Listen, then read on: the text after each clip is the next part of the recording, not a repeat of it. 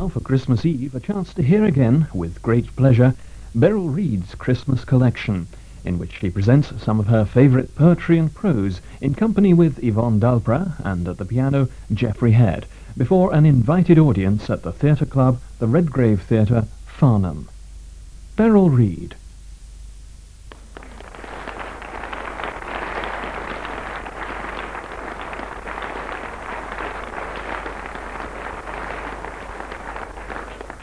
When I was 1, I'd just begun. When I was 2, I was nearly new. When I was 3, I was hardly me. When I was 4, I wasn't much more. When I was 5, I was just alive. But now I am 6. I'm as clever. So I think I'll be 6 now, forever and ever. If only I could have stopped there. I mean, wouldn't it have been wonderful? So many things could have been avoided. Of course, when I was 6, my parents used to read A. Milne poems to me because I have a thing called dyslexia, word blindness. I had it then and I still have it now, so reading, of course, is difficult for me. But having heard all those poems and had them read to me, I rather fancied myself as a poet, and produced the following immortal lines. A seagull lives on a ledge of rock, and its eggs are not so round, or else the babies would never come out, because the eggs would fall on the ground. Now, that's not actually romantic, but it is logical. And you see, although I suffered from practically everything else, I was a very logical child, and that is perhaps why I like the next A. Milne poem, which is called The Friend. There are lots and lots of people who are always asking things, like dates and pounds and ounces in the name of funny kings, and the answer's either sixpence or 100 inches long. And I know they'll think I'm silly if I get the answer wrong. So Pooh and me go whispering.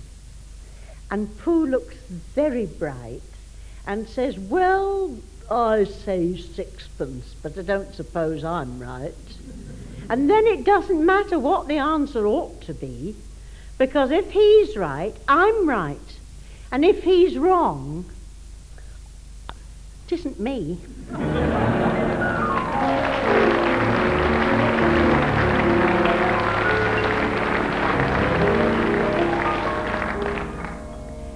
Of course, Christmas is a magical time for children, and one of the books that was read to me at Christmas was The Tailor of Gloucester by Beatrix Potter. And as I've got 5 cats of my own, are you sitting comfortably, cats? Thank you, then I'll begin. I felt very sorry for Simpkin, the tailor's cat, after he'd been so wicked and hidden the cherry-coloured twist in the teapot, and then, stricken with remorse, wandered out on Christmas Eve all on his own. It is in the old story that all the beasts can talk in the night between Christmas Eve and Christmas Day in the morning. When the cathedral clock struck 12, there was an answer like an echo of chimes, and Simpkin heard it and came out of the tailor's shop door and wandered about in the snow. From the roofs and gables and old wooden houses in Gloucester came 1,000 merry voices singing the old rhymes.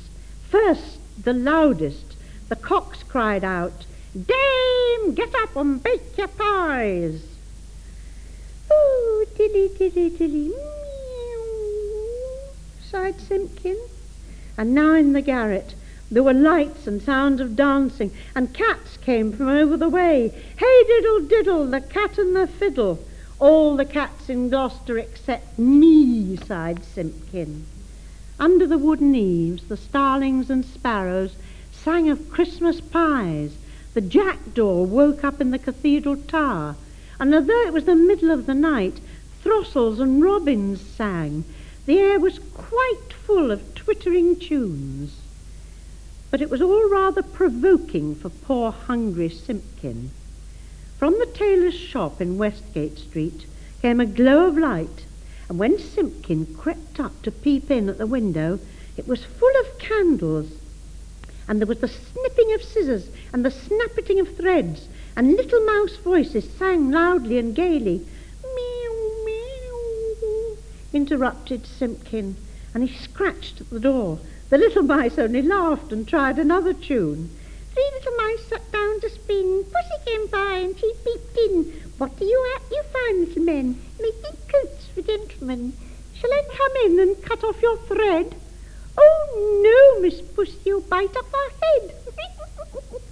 Meow, meow, cried Simpkin.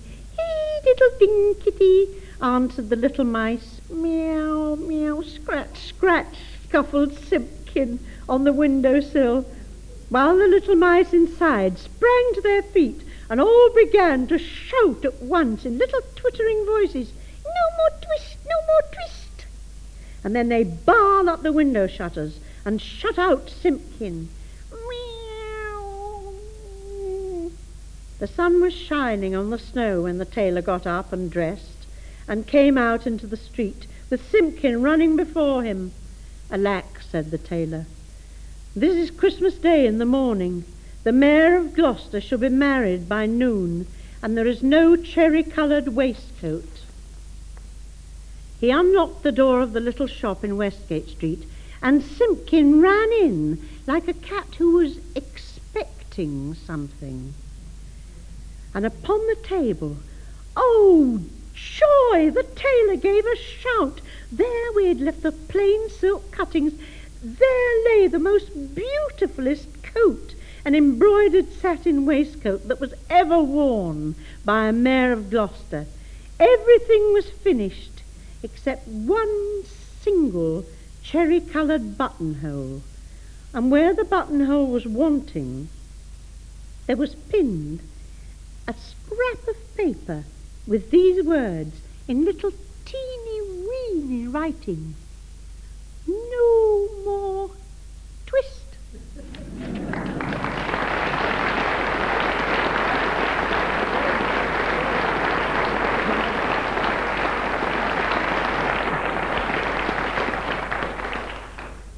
When I was a child, education was fairly straightforward.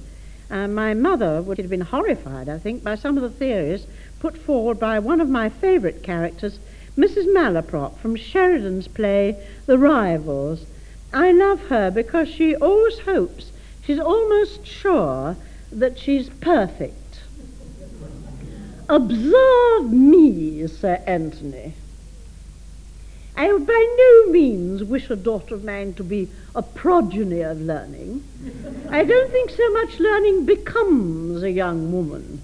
For instance, I would never have her meddle with Greek or Hebrew or algebra or simony or fluxions or paradoxes or other inflammatory branches of learning. Neither would it be necessary for her to handle your mathematical, astronomical, diabolical instruments. But, Sir Anthony, at 9 years old, I would send her to a boarding school in order that she might learn a little ingenuity and artifice and have a supercilious knowledge in accounts. And as she grew up, I would have her instructed in geometry so that she might have some knowledge of the contagious countries. But above all, Sir Anthony, she must be mistress of orthodoxy, so she might not misspell or mispronounce words so shamefully as girls usually do, and likewise reprehend the true meaning of what she is saying. This, Sir Anthony, is what I would have a woman know, and I don't think you'll find a superstitious article in it.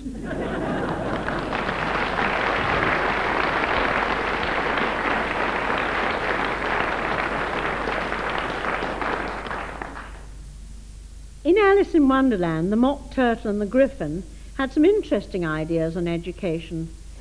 think I might have enjoyed these, but I'm not so sure about my mother. You see, her main concern for my instruction was, now, Beryl, make sure you've got your hanky.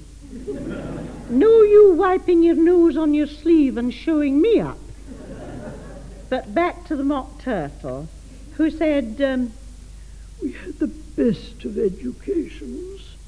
In fact, we went to school every day. I've been to school every day too, said Alice. You needn't be so proud as all that. With extras? Asked the Mock Turtle a little anxiously. Yes, said Alice. We learned French and music. And washing?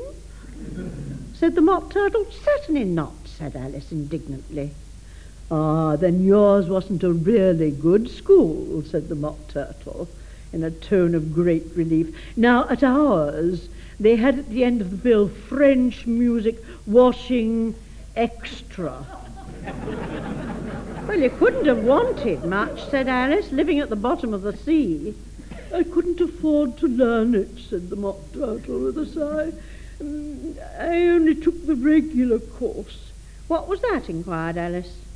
Reeling and writhing, of course, to begin with, the Mock Turtle replied, and then different branches of arithmetic, ambition, distraction, uglification, and derision. I've never heard of uglification, Alice ventured to say. What is it? The Gryphon lifted up both his paws in surprise. Never heard of uglifying? It exclaimed, you know what to beautify is, I suppose? Yes, said Alice doubtfully. It means to make anything prettier. Well, then, the Gryphon went on, if you don't know what to uglify is, you are a simpleton. Alice did not feel encouraged to ask any more questions about it. And so she turned to the Mock Turtle and said, and what else did you learn? Well, there was mystery, said the Mock Turtle, counting off the subject on his flappers. Mystery, ancient and modern, and seaography, and then there was drawling. The drawling master was an old conger eel. He used to come once a week. He taught us drawling, stretching, and fainting in coils. What was that like? Said Alice.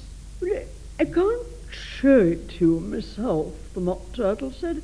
I'm too stiff, and the Gryphon never learnt it. Hadn't time, said the Gryphon. I went to a classical master, though. He was an old crab, he was. I never went to him, said the Mock Turtle with a sigh. He taught laughing and grief, they used to say. So he did, said the Gryphon, sighing in his turn, and both creatures hid their faces in their paws. How many hours a day did you do lessons? Said Alice, in a hurry to change the subject. 10 hours the first day, said the Mock Turtle, 9 the next, and so on. What a curious plan, exclaimed Alice. That's the reason they're called lessons, the Gryphon remarked, because they lesson every day. This was quite a new idea for Alice, and she thought it over a little before she made her next remark. Then the 11th day must have been a holiday. Of course it was, said the Mock Turtle.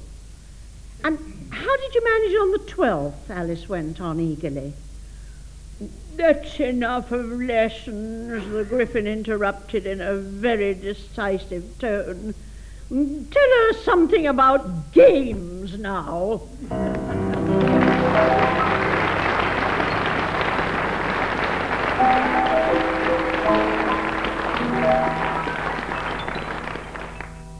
And now, here is my favourite Christmas poem.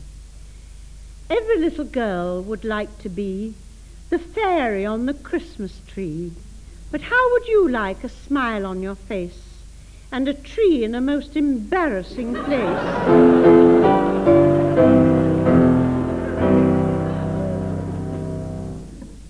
And now a story by Spike Milligan about a very mysterious thing that happened to his uncle on Christmas Eve. I have an uncle. His name is Herbert Jam. He was 52 and he worked in a laundry. One Christmas Eve he was homeward bound on a crowded bus when he heard what he thought was the sound of music coming from inside his boot. Indeed, what was to make him famous had happened. His right foot had commenced to sing. Poor Mr. Jam tried to control the volume by tightening his bootlace. It only succeeded in making his voice go from a deep baritone into a strangled tenor. At the next stop, Mr. Jam had to get off. He walked home to the sound of his right foot singing "God Rest Ye Merry Gentlemen." Fortunately, Mr. Jam knew the words of this, so he could mime it when anybody passed by. It was all very, very embarrassing. For 3 days he stayed off work. His favourite TV programmes were ruined by unexpected bursts of song from the foot. He did manage to deaden it by watching with his foot in a bucket of sand. But alas, from this practice, he contracted a rare foot rot normally caught by Arabs and camels.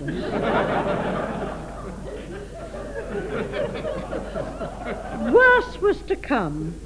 The foot started singing at night. At 3 a.m, he was awakened by selections from the Gondoliers, Drake is Going West, and A Whiter Shade of Pale.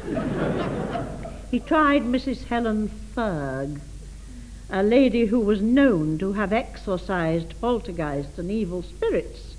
She tied a sprig of witch hazel to his ankle and burnt all his socks in the bath. But it wasn't long before the strains of the desert song came lilting up his trouser leg again.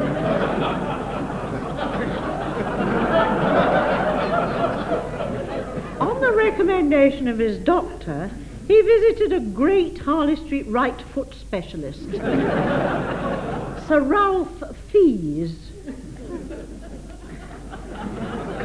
Come in, said the great man. And what appears to be our trouble, eh?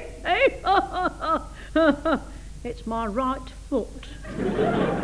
Of course it is, said the cheery Sir Ralph. And, he went on, what appears to be the trouble with our right foot, eh? It sings.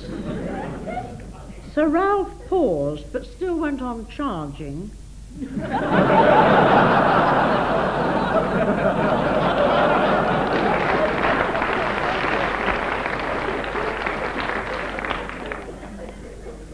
You say your right foot sings. Yes, it's a light baritone, said the wretched Jam.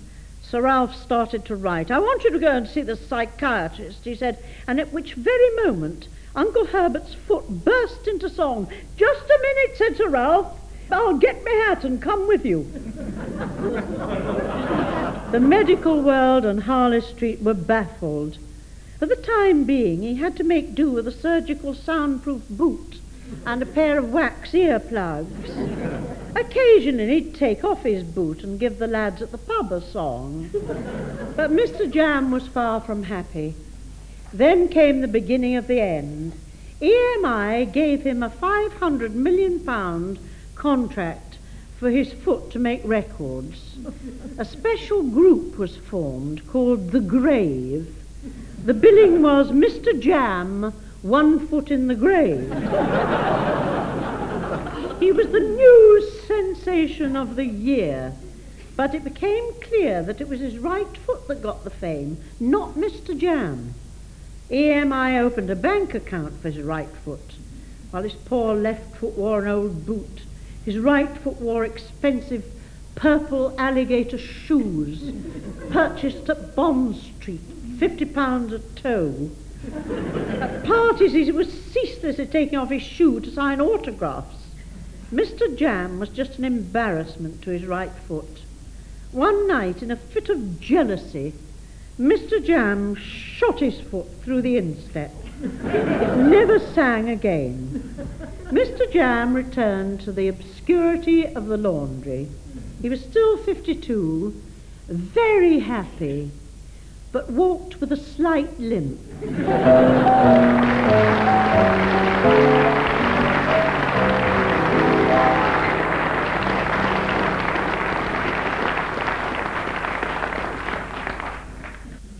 I want to tell you about some friends of mine, ladies to be exact. The first two are sisters, and to play my pretty sister, I'd like to introduce my friend, Miss Yvonne Dalpra.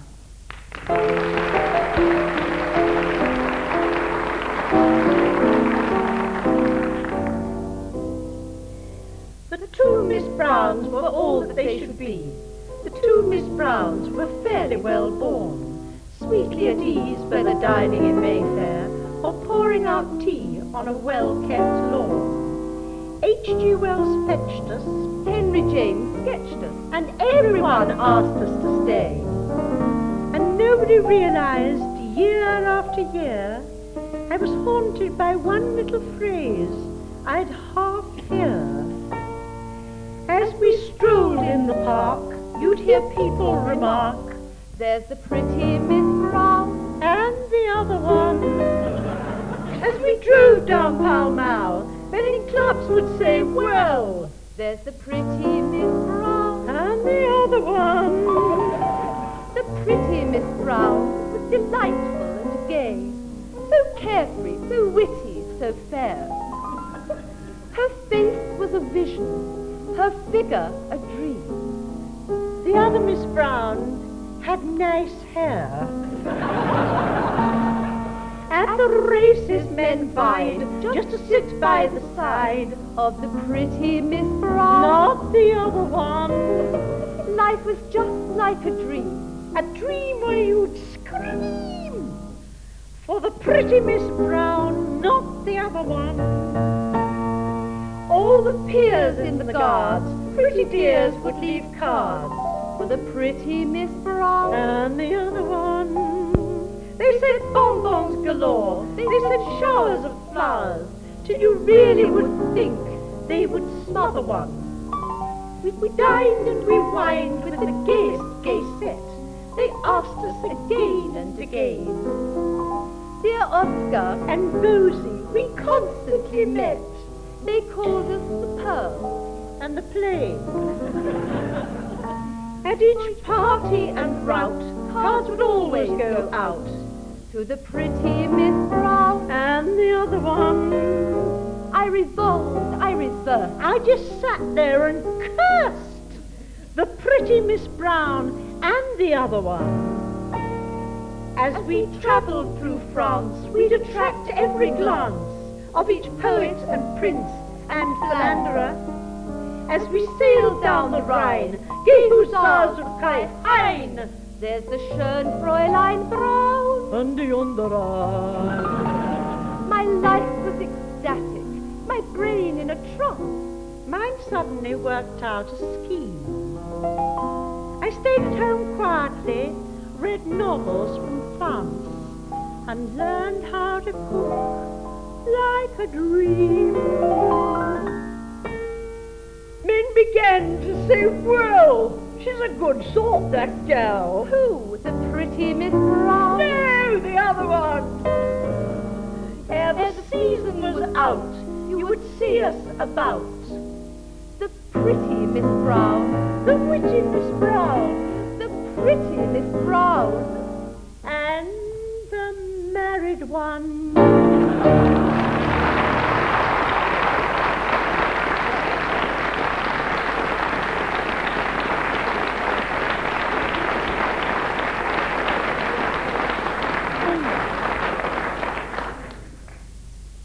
And now a lady you can find in almost any locality.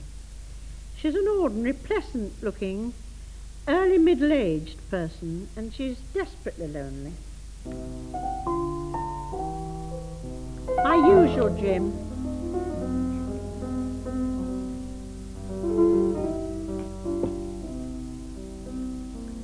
Do you know this pub on the corner with the awning and potted palms?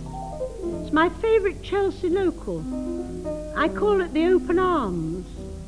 They regard me here as a fixture in the corner with my gin, and I push the boat out gladly as the regulars come in. Just a middle-aged, middle-class barfly, a type that's increased since the war, mixing with people I know very well I'd never have mixed with before. Just a known better days sort of barfly, with a flat at the back of Sloane Square, and if night after night I go to bed tight, there's nobody left to care. I get up in the morning feeling pretty well done in. I have 3 cups of coffee and at least 4 vegging in. I bath and get up slowly, tidy up my small abode. Then round about 11 I go out down the King's Road. I do my shopping, mostly egg and bacon, tea and cheese, and sometimes perhaps a chop or two and frozen beans and peas. Then bang on 11:30, it's the Open Arms for me. And Jim, the barman, greets me with, "Your usual, Mrs. B." Then Nora comes, and Tom and Joe and Bill and Gwendolyn, and I always call out to them, "Hello, you lot, what you drinking, Jim?" I buy them 2 or 3 or 4, and though they think that I'm a bore, they drink their drinks and go their ways, and leave me in a smoky haze, drinking through my nights and days.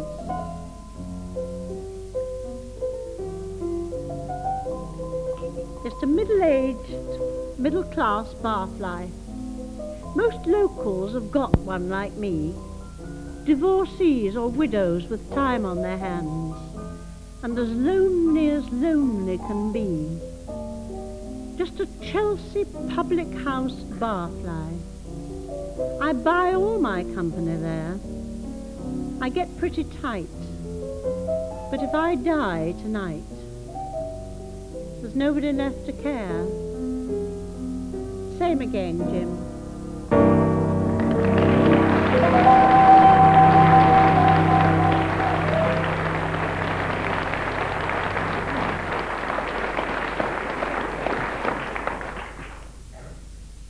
The next 2 ladies are not sisters, just good neighbours. Ivy. Hello, Frida. Come in, sit down, have a cup of tea. No, thanks, Frida. I'm not stopping. I'm on the cadge, really. You wouldn't have such a thing as a flute, would you? We've just had a flautist call. A flute? Oh, goodness. I mean, no warning and nothing. I'm just trying to think, Ivy. I know we did have one. We haven't got a thing in the house except percussion. I suppose a bassoon wouldn't do if I can find one. Oh, anything at all, Frida. I'll see what there is in the cupboard. Just as long as it's something you can blow down. Well, he wants to be able to blow across it, really, if he's a flautist. But no, there's only this. Oh. Well, would that do, do you think? It's one of Mum's old bassoons. She never uses Oh, it. that would do lovely, Frida. I think it works all right, as long as he doesn't mind a bit of coal dust in it. Well, is you sure you can spare it, then? Oh, let me put a duster over it for you, get some of the work. Don't bother, Frida. It won't take a minute. He could have made do with it as it was. It was all right. I wish I knew where to put my hands on a flute for you. Oh, no. There's one somewhere, I'm almost certain. We had an old harmonium with a flute in it at one time. But I don't know till Tom gets in what he's done with it. But it doesn't matter, Frida. I mean, this is fine. Well, tell him to mind the coal dust inside when he starts to blow. Gets into everything, doesn't it? We had coal once. No. We did. In the American organ. Get off. Great lumps the size of cricket balls. How on earth did that happen? We made the mistake of lending it to some people we knew down the road, and that's how it came back. Oh, with coal in it? And all stuck in any old how, of course, at the back and underneath. No, it's not. No, right. it ain't for putting all the big lumps together or separating out the slack or anything like that. It's not the police. Nearly 100 weight of it all together. There must have been when we cleared it out. Fancy. What's that noise? I didn't hear anything. I thought I heard knocking. Hey, you're right. He's getting impatient for his flute. Who is it, if it's not a rude question? I've never set eyes on him in my life. He'd just come in out of the blue about half an hour ago. You haven't left him in there by himself. Yes, I'd better be getting back before he gets up to something. This is the second one we've had this week, you know. Go on. We had one on Monday. They seem to be making a beeline for us for some reason. And what did he want? Could he come in and beat hell out of our timpani, if you please? No. I mean, no credentials, no nothing. Oh, isn't it the limit? Tried to tell me he was over here on a day trip from Vladivostok. That speaks volumes. Looking for his brother. Just as well it was a Monday. In any case, I mean, even if he was genuine, you don't want complete strangers coming in just whenever they feel like it and going for all the worth at your timpani. Well, of course you don't. There he is again. I'm He's just getting coming. impatient. If it had been anything but the timpani, I might have fallen for it, but it so happened I was saving the timpani for Fred and Doris, so as they could have a bit of percussion before they went to bed. Otherwise, I might have let him in. Here, you'll have him singing in there, Ivy, all over the furniture. Oh, don't say that, Frida, please. I've had enough singing to last me a little while. I didn't tell you about Wednesday, did I? Not Mrs. Bargold. You again. know what a nice afternoon it was Wednesday, I mean, after it had brightened up, so I thought I'll just have half an hour with my book in the garden while I can. And Mrs. Bargold started Started up? You've never heard nothing like it. I mean, right through the trellis work. It isn't as if she's exactly a peach Melba either. Well, I stuck it for as long as I could. She must have a sixth sense. Every time I sit out there, in the end I called over to her. I couldn't stand it any longer. I said, I don't mind you singing, Mrs. Bargold, but not through my trellis work, if you don't mind. Well, it's not as if it's just once or twice, is it? Rock of Ages, full blast at the top of her voice. Oh, Rock of Ages. Well, that's a change, isn't it? Right through the trellis work, I couldn't read nothing. I don't think I've heard Mrs. Bargold sing Rock of Ages since Mr. Step-Upper called her in to sing down the overflow pipe while the stopcock was being seen to. I told her I didn't have my trellis work put up for her to sing Rock of Ages through whenever it happened to suit her convenience. Of course not. And it's not cheap either. £2.50 a yard to put up, all told, with the labour. I can imagine. And I've complained about the nails too. Thick green mould all over them where she's been corroding them month in, month out. There's no joke getting it off either, especially on her side. Well, I have to stand on a step like, oh, and I have to lean right over, you see. I wouldn't mind so much if it was ordinary rust. I mean, you'd get that with anything. You'd get that with the national anthem. But it's not ordinary rust. It's thick green mould. She must be able to see it forming in front of her very eyes, and she makes no attempt to stop it. Same as what Mrs. Bates had, I expect, on her front door. What? It took her nearly a week to get it off. Somebody singing Shenandoah through a letterbox when she was out. And you know what she had the cheek to say to me? She said I was the first one who'd complained. Nobody's ever complained before, she said. Oh, only because they knew it wouldn't make any difference. I told her I wouldn't have minded if they'd been stainless steel. Plastic. Nobody's ever complained before, she said. I said, no, nobody's ever had Rock of Ages sung through the trellis work week in, week out for months on end. Hey, what was that? It sounded like a trombone, Ivy. Couldn't wait, I expect. He's blown down the nearest thing. I better just be getting back to see what he's getting up to. She'll be asking to borrow me Grandad's bagpipes tomorrow. Nothing in the house except percussion.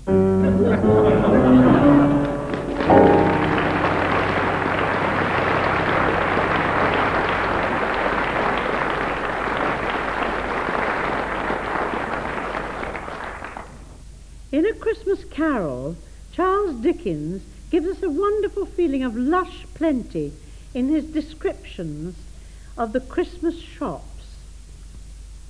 The poulterers' shops were still half open, and the fruiterers were radiant in their glory.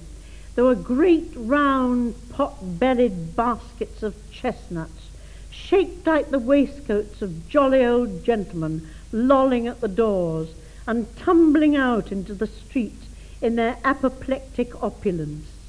There were ruddy, brown-faced, broad-girthed Spanish onions, shining in the fatness of their growth like Spanish friars, and winking from their shelves in wanton slyness at the girls as they went by and glanced demurely at the hung-up mistletoe. There were pears and apples clustered high as blooming pyramids. There were bunches of grapes made in the shopkeeper's benevolence to dangle from conspicuous hooks that people's mouths might water gratis as they passed. There were piles of filberts, mossy and brown, recalling in their fragrance ancient walks amongst the woods and pleasant shuffling ankle-deep through withered leaves. There were Norfolk biffins, squab and swarthy, setting off the yellow of the oranges and lemons, and in the great compactness of their juicy persons, urgently entreating, beseeching, to be carried home in paper bags and eaten after dinner.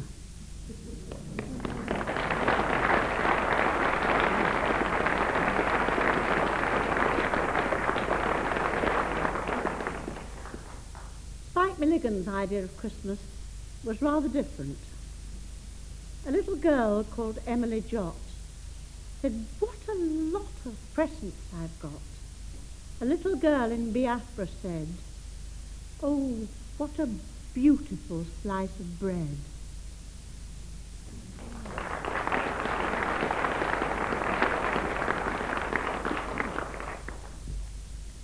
Christmas in the theatre produces a very mixed bag of entertainment, but I doubt if I could find anything quite so comprehensive as the programme offered to the public in Kilkenny, Ireland, in 1793.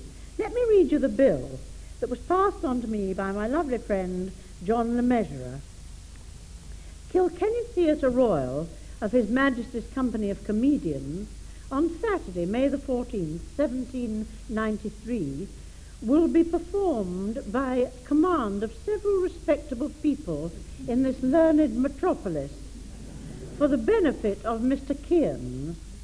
The tragedy of Hamlet, originally written and composed by the celebrated Don Hayes of Limerick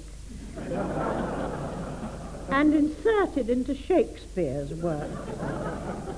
Hamlet to be played by Mr. Kearns, being his first appearance in this character, who, between the acts, will perform several solos on the patent bagpipes, which play two tunes at the same time.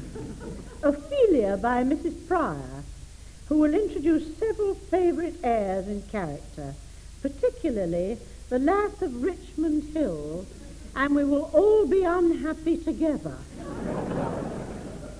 The parts of the King and Queen, by direction of Father O'Callaghan, will be omitted as too immoral for any stage. Polonius, the comical politician, to be played by Mr. Moody, being his first appearance in public. The Ghost, the Gravedigger, and Laertes by Mr. Sampson, the great London comedian. Characters to be dressed in Roman shapes, to which will be added our interlude, in which several sleight-of-hand tricks will be introduced by the surveyor Hunt. The whole to conclude with a farce of Mahomet the Impostor, Mahomet to be played by Mr. Kearns. Tickets to be had of Mr. Kearns at the sign of the Goat's Beard in Castle Street. The value of the tickets, as usual, will be taken, if required, in candles, bacon, butter, cheese, soap, etc., as Mr. Kearns wishes in every particular to accommodate the public. No persons whatsoever will be admitted to the boxes without shoes or stockings. Goodbye, everybody, and a very happy Christmas.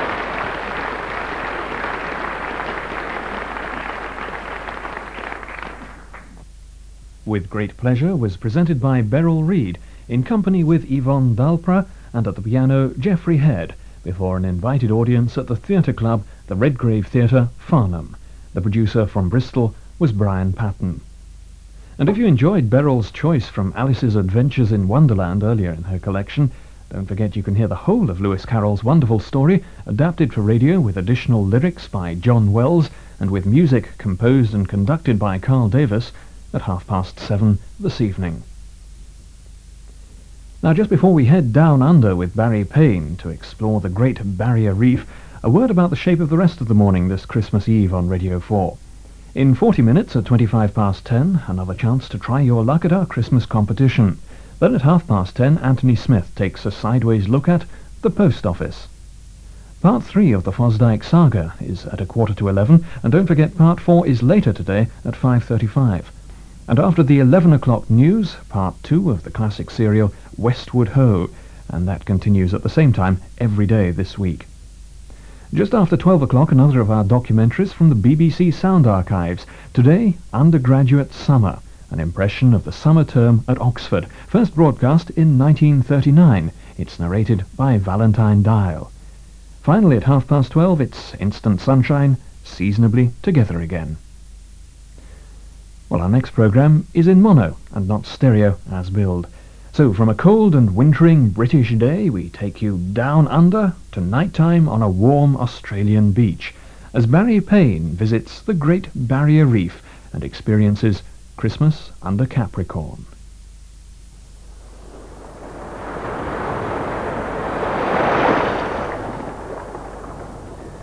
The time is just approaching midnight on a tropical beach on Lizard Island. Christmas Day is just beginning on this side of the world. It has nearly 12 hours to go before it reaches home in Britain. I suppose one experiences a double sense of isolation, standing on a very empty beach with the coral sea lapping on the shore just 3 feet away from one's feet. The moon has just come up over Lizard Island. Away in the darkness in front of me, one of the largest reefs in the world lies hidden under a grey, night moonlit ocean. Within just a few feet of where I'm standing now in the darkness, coral heads inhabited by fish sit just a few feet below the surface. The reef at night, of course, is coming alive. The polyps will be extending their tentacles and feeding. But all that is hidden from me in the darkness of water that is sprinkled lightly with the rippling reflections of the first glimmers of the moon rising over Lizard Island.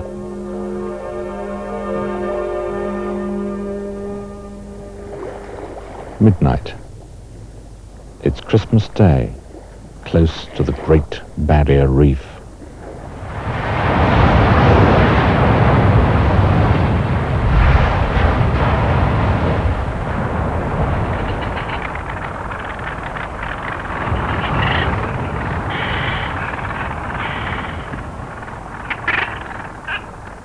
If Christmas is thought of as a time of birth, the bringing forth of new life and new hope, what a better place to celebrate it than in the midst of the most profuse, diverse and colourful outburst of life on the face of this planet, the Great Barrier Reef.